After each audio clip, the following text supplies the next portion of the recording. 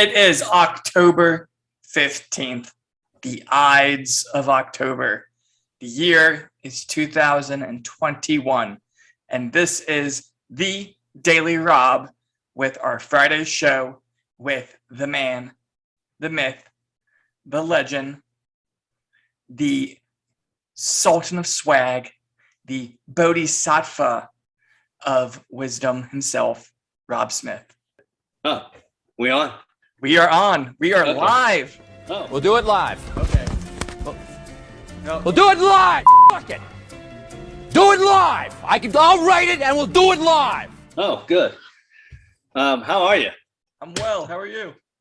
I am well as well. Well, Stu, you ready for the weekend? One might say I'm working for the weekend, to quote Loverboy. Well, we also have the OJs who said we're living for the weekend. We got to find out which one of them is right. Well, Stu, did you ever hop on the love train and at a high school dance and go around the floor listening to the OJs?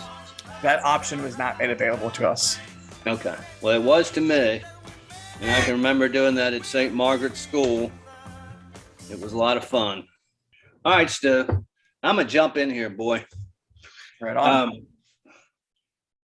Little Ralphie is not going to get his Red Ryder BB gun this year. You know why? Because the supply chains are screwed up. Right. And this is, may I say a bad word, Stu, again? There are no such thing as bad words. Ooh, Stu, that's a relativist concept. My mother may think less of me for saying this, but the progressives and the left fuck everything up, everything they touch. And this is just another example. And it's been brewing for some time. First of all, the ports can't handle all the container ships. First thing they fucked up was the lockdown. And we can blame Trump a little bit for that as well. But I've run some businesses before, Stu. I can remember I used to own a seafood processing business, and we got salmon raised in Fords in Argentina the next day after they were caught and killed. I remember one of my fast food entities, same thing with chicken. The chicken would be killed. It would be in our stores fresh the next day or in 2 days. This is where there's a just-in-time delivery system in America. It's capitalism. It works. And when you shut the world down, you're going to fuck all this up. So that's the first mistake they made. These ports, who owns the ports and who runs the port? LA is owned by the city of Los Angeles and they run the port. Long Beach is owned by the city of Long Beach and they lease the port out to a private entity. Who runs the ports? Unions run the ports. And California gives unions special privileges, unlike a right to work stay. The union that runs these ports is the International Longshoremen and Warehouse Union. And of course, the ports that are run in New Jersey and New York are the ILA. Of course, they're incredibly corrupt. The way these unions work is a longshoreman gets paid $175,000 a year plus medical benefits. So the state of California has created a fiefdom for these folks. They don't have the right to vote, right to work. And of course, what do the politicians in California get out of it? Well, LA is completely Democratic. Long Beach has 9 members on the city council. 8 are Democrats. 1 is, and the mayor is a Democrat. Well, the way all this works is they give the union special favors, and then the union is entitled to extract money out of those paychecks. And where does that money go?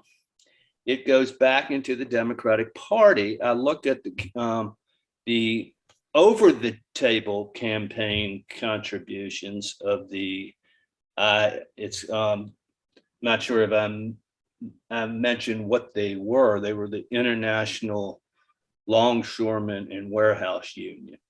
Well, I looked at their contributions of what they report, and 99% of them went to the Democratic Party. We also know that unions, especially longshoremen unions, are incredibly crooked and they have mob ties. So there's a lot of under table benefits that flows back to the machine.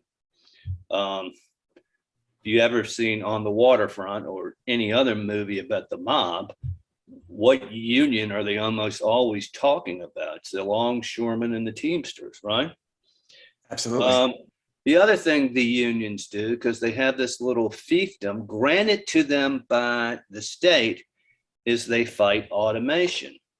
There are reports in April of this year that Long Beach, the private entity that runs it, wanted to automate the port, spending a ton of money, and the union fought them. So the union fights efficiency because they just want to hold on to their fat jobs. Now, in the real world, Stu, any business, private business that's open, if they've got more business than they can handle, they find a way to handle the business. Mm-hmm. These ships have been backed up for, a year practically, and they only run an 8-hour shift. Why do they only run an 8-hour shift? Because they have a contract that says they only have to work 8 hours. So the rest of the country is being penalized by these unions, which are really just an arm of the Democratic Party. Now, opening them up 24 hours a day is what you or I or anybody who would run a business would have done in one day as soon as we saw that there was a backup. Mm-hmm. Any business would do that. It takes them a year to react. Well, these idiots in Washington who've never run a business like our president thinks that if they just say, okay, would y'all open up 24 hours a day? One, it's going to take a while for them to reach that point, but there's still a supply problem. And the supply problem is still a problem because the Democrats have fucked it up. Some examples, trucks. California has, they have this law called the CARB law. It's an environmental law.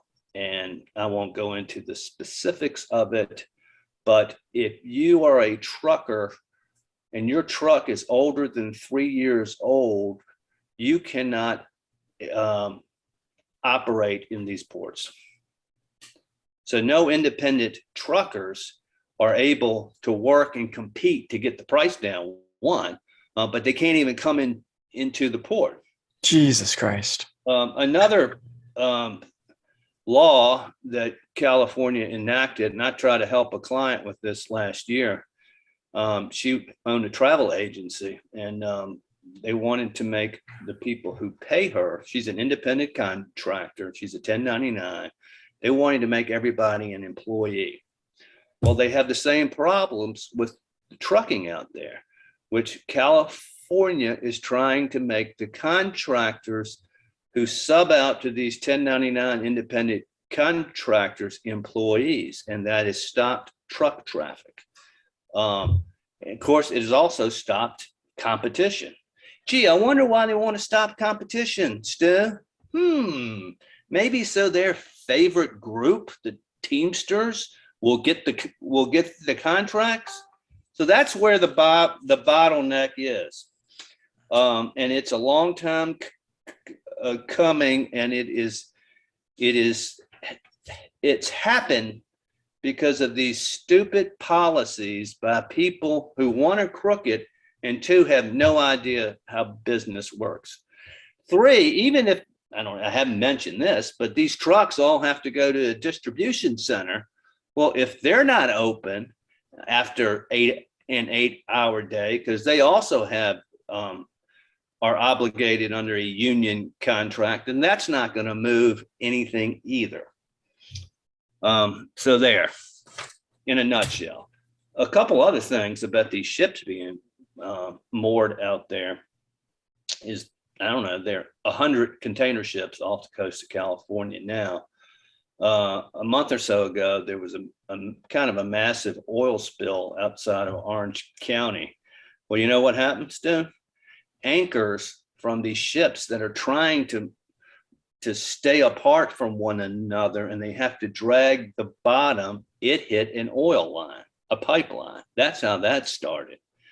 Well, few people know this, but right where these ships are is a great concentration of undersea fiber optics lines. And these anchors are dragging the bottom. And we could very well have a kind of a worldwide communications blackout because of this. So it's a mess, and it's a mess because, why, Stu?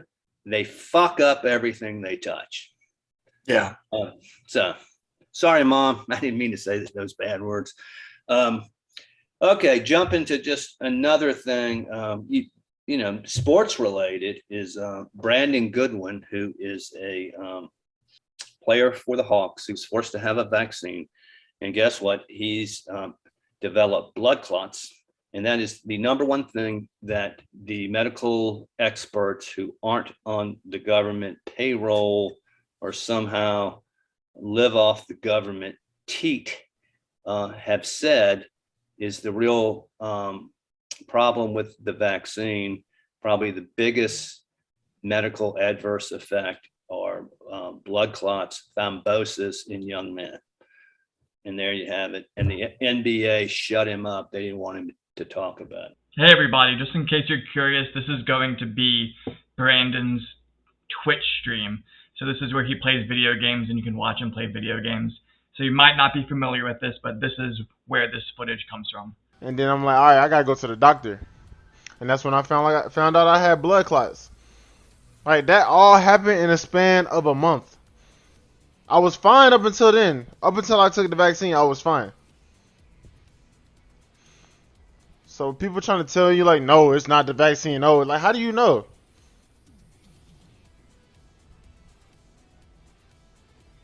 You don't know.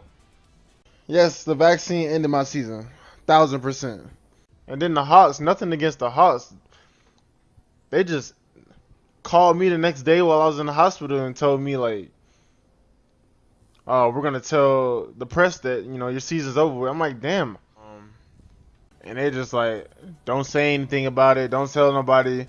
I'm like, bruh, what? I mean, I was supposed to be taking blood thinners because I had blood clots. I had 2 blood clots. I was supposed to be taking something called blood thinners. And while you take blood thinners, you can't play. You can't play basketball. You can't play 5-on-5 contact.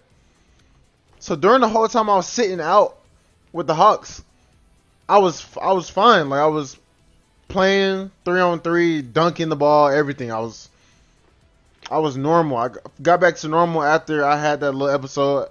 Went to the hospital. I was cool. I was fine. And so I kept asking them, like, can I play? Can I play? Can I play? I was telling them, like, I'm good. I could play. And they kept saying I couldn't play. So I'm like, all right, whatever, bro. And then there's, what's his name? Kyrie Irving. Kyrie. Oh, what's going on with him? So he's officially suspended. So if I'm being very honest, Kyrie has some very interesting beliefs across the board, but he is completely free to believe whatever he wants to believe.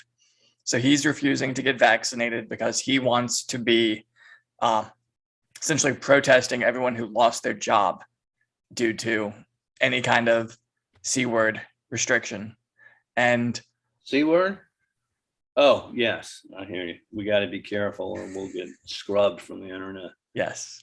So as a result of that, he's suspended. Now, I'm a big fan of fighting sports, and I've seen how a lot of these fellas have gone independent.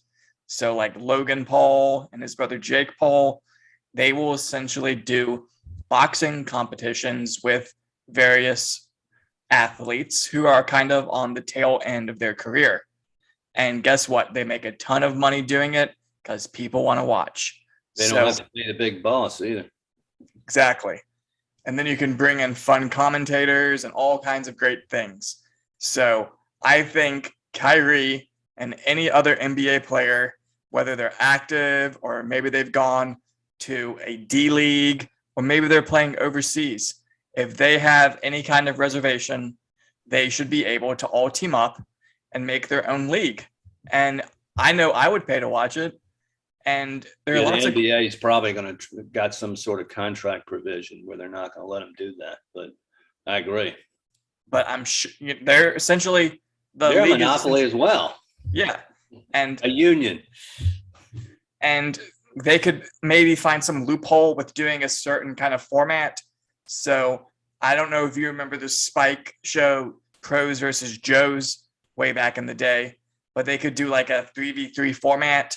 They could maybe do it in a sense where it's 3 professional basketball players versus 3 regular guys. I'm sure they can find some way to game the system and make it entertaining for us, give people jobs, keep it rolling, and not allow these sons of bitches to ruin these players' lives because they aren't falling in line. Well, from an economic level, Stu, it's the media does not report on this, but there are more airline pilots walking out. There are nurses, great numbers of them in multiple states walking off the job. There are policemen who are walking off the job. And it's creating a crisis in taking care of people. And it's also creating somewhat of an economic crisis as well. So again, everything they touch, they fuck up. And it's completely unnecessary. But they have to make themselves important. And in doing so, they have to deprive others of their liberties. The only other thing is Joe Rogan was interviewing Sonia Gupta, the CNN dude, and he smoked him on ivermectin. Basically got Gupta to agree to everything he said and that the CNN had lied.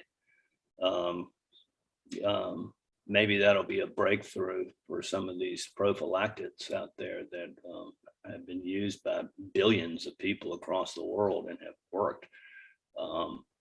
But on The View yesterday, 2 of the Viewites, Joy and Whoopi, said that his interview should not be allowed to be seen by anybody because he hasn't been vaccinated. So there you have it. All right, Stu, I know there's some stuff going on in the Middle East right now, and you are the Rob is Right special correspondent and expert on the Middle East. And I was wondering if you would tell everybody your views on what's happening in Lebanon right now. Right on. So this is a very complicated issue. Lebanon has had lots of civil wars throughout its history. It's a very interesting country, very beautiful country. And one thing I want people to keep in mind is how large Lebanon is. It's kind of close to the size of Connecticut. It has a population of 6 million people, and it also has a fairly large Christian population in the Middle East. Did you know that Beirut was at one time called the Paris of the Middle East? I 100% believe it. Yeah. So what happened recently was the Beirut explosion. And so that happened in August 4th of 2020. Really shocking footage.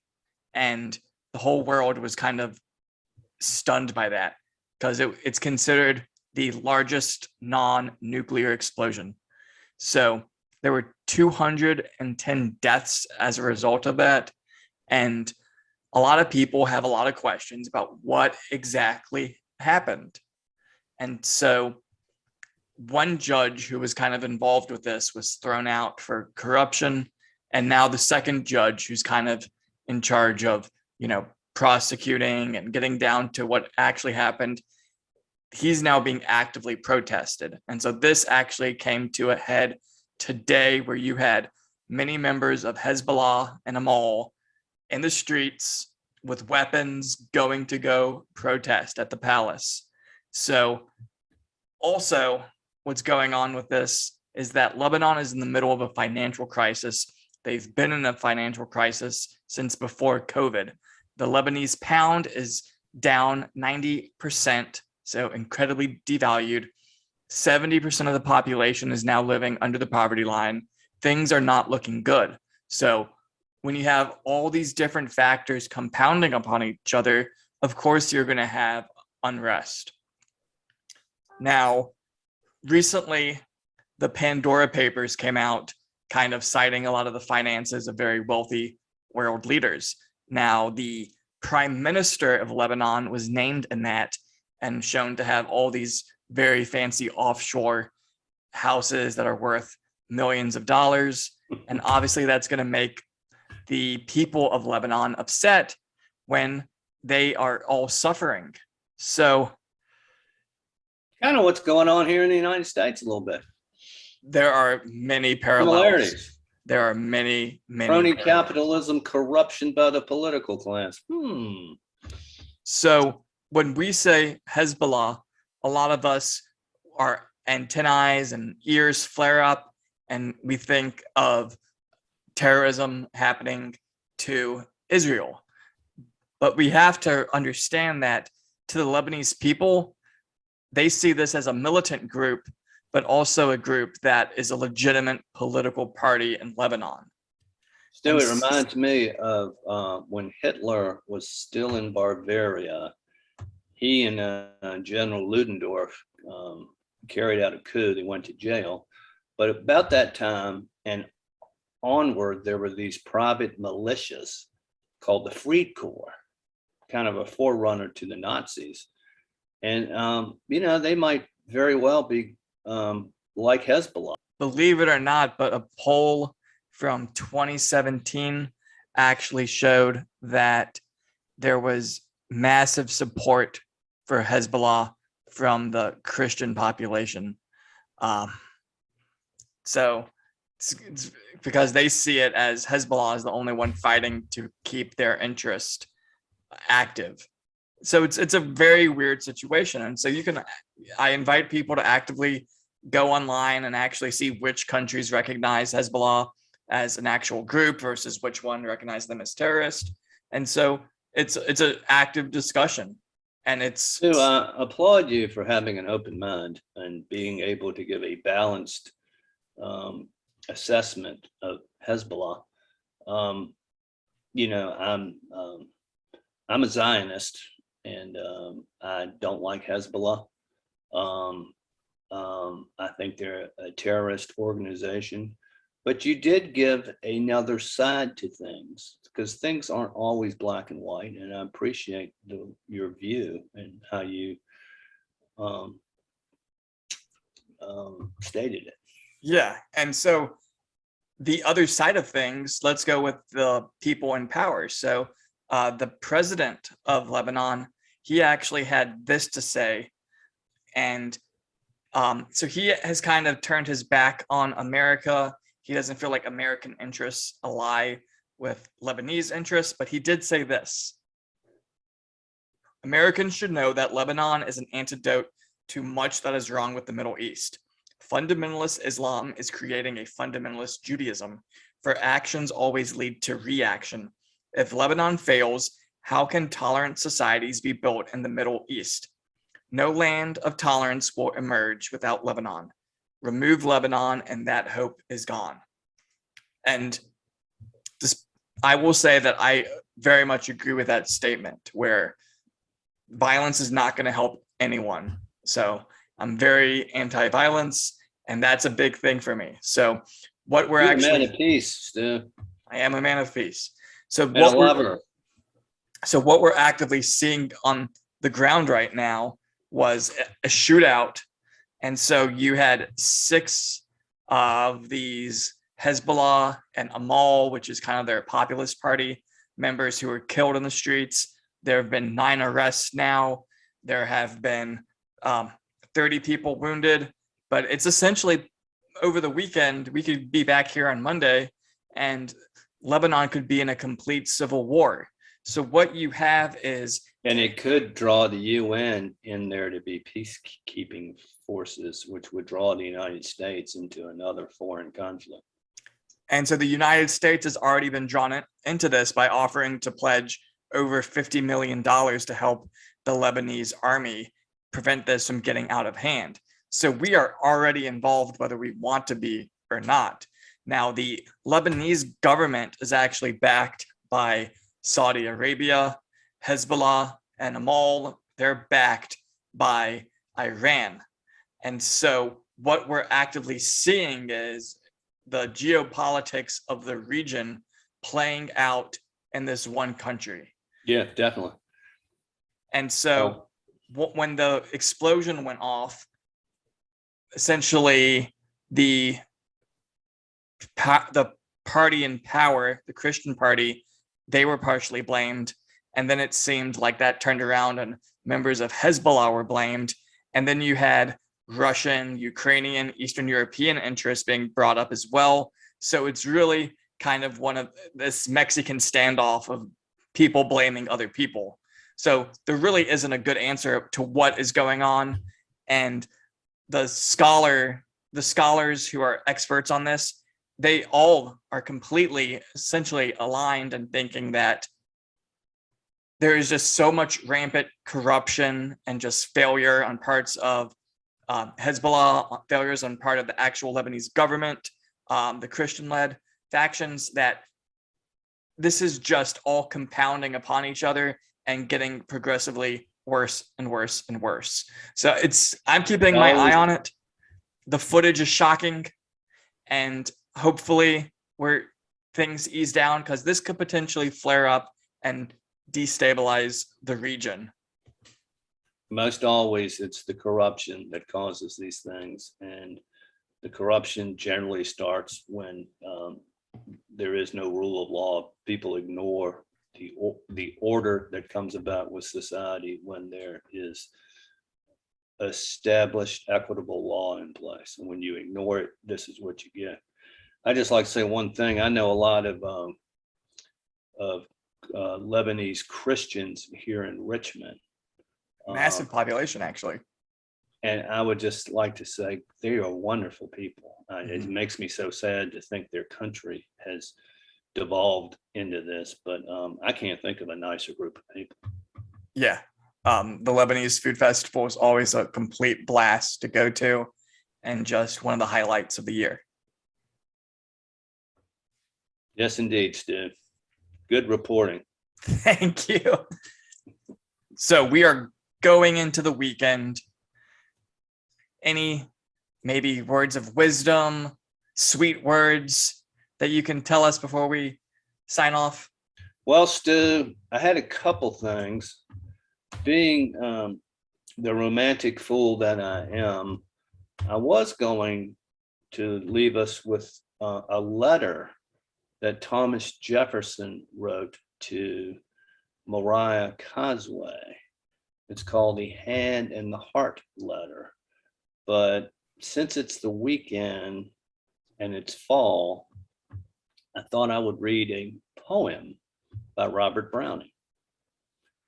Oh, good gigantic smile, oh, the brown old earth. This autumn morning, how he sets his bones to bask I the sun, and thrust out knees and feet for the ripple to run over in its mirth. listening the while where on the heap of stones, the white breast of the sea lark twitters sweet.